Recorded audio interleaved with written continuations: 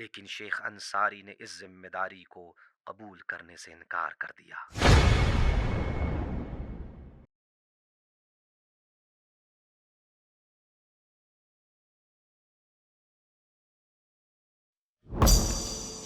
حاج شیخ محمد حسن نجفی، جو صاحب جواہر کے نام سے مشہور ہیں، ایک اہم مجلس کا اہتمام کیا اور تمام اعلیٰ ترین علماء کو شرکت کی دعوت دی۔ شیخ محمد حسن کو صاحب جواہر اس لیے کہا جاتا ہے کہ وہ مشہور کتاب جواہر الکلام فی شرح شرائع الاسلام کے مصنف تھے، جو فقہ پر ایک مکمل کتاب ہے اور اس میں مختلف احکام کے دلائل اور دیگر فقہا کی آراء شامل ہیں۔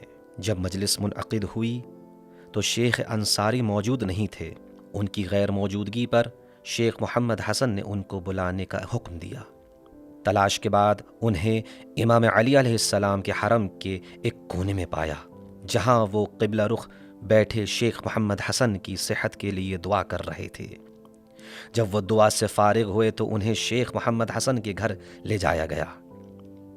شیخ محمد حسن نے انہیں اپنے پاس بٹھایا اور ان کا ہاتھ اپنے سینے پر رکھا اور کہا، موت میرے لیے یقینی ہے، میرے بعد تم ہی مر جاؤ۔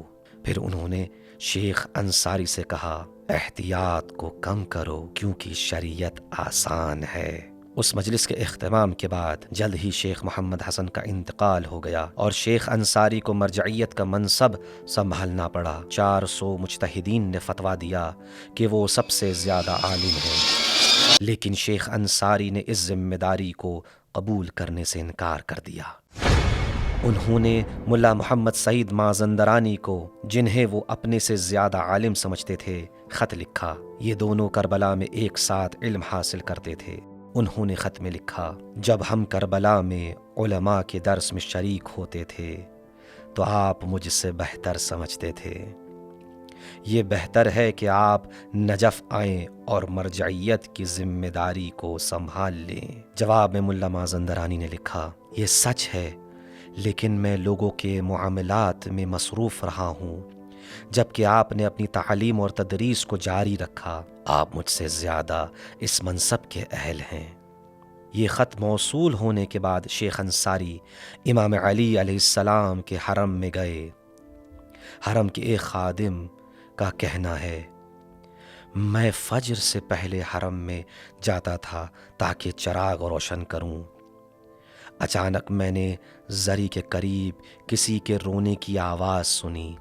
حیرت کے ساتھ میں دیکھنے گیا اور دیکھا کہ شیخ انصاری زری کے ساتھ سر جھکائے ہوئے رو رہی ہیں اور کہہ رہے ہیں، میرے مولا، یا ابا الحسن، یا امیر المؤمنین، یہ ذمہ داری بہت بڑی ہے۔ میں آپ سے درخواست کرتا ہوں کہ مجھے غلطیوں سے محفوظ رکھیں، اپنی ذمہ داریوں سے غفلت نہ برتنے دیں اور میری رہنمائی کریں، ورنہ میں یہ ذمہ داری قبول نہیں کروں گا۔